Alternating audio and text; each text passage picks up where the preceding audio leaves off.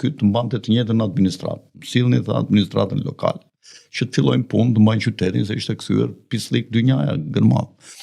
Edhe i vajtën këta. Dhe i thotë, ju do vazhdoni punën, thotë, me përjashtim të shqiptarëve, thotë, i lirëve, arbërve. Nuk dua këtu të dëgjoj gjuhën shqip, tha, në administratë. Pra, edhe Sultan Mehmeti, si në Shqiponja koka e para ndaj nga Roma, edhe këte koka e dytë nga Konstantinopoli kundër Shqipës. Unë mendoj që jeta në tokë ka pasur të paktën 1 ose 2 ose 3 ose 4 thyerje. Pra, për shkak të fenomene ndryshme, luftrave, ndoshta bërthamore, ndoshta në një fenomenin natyror të tmerrshëm, ndoshta për shkak të hapjes së portave të firmamentit, ndodhi përmbytje e madhe.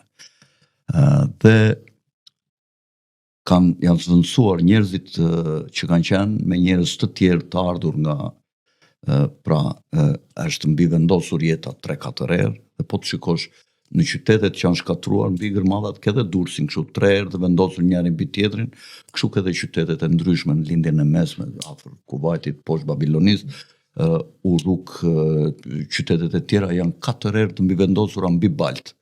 Pra, kjo tregon që Shqipja mund të ketë qenë, siç është anglishtja sot, mund të ketë qenë në gjeneratën më përpara të njerëzimit, të parafundit, domethënë nëse ne jemi të fundit, mund të ketë qenë gjuha bazë.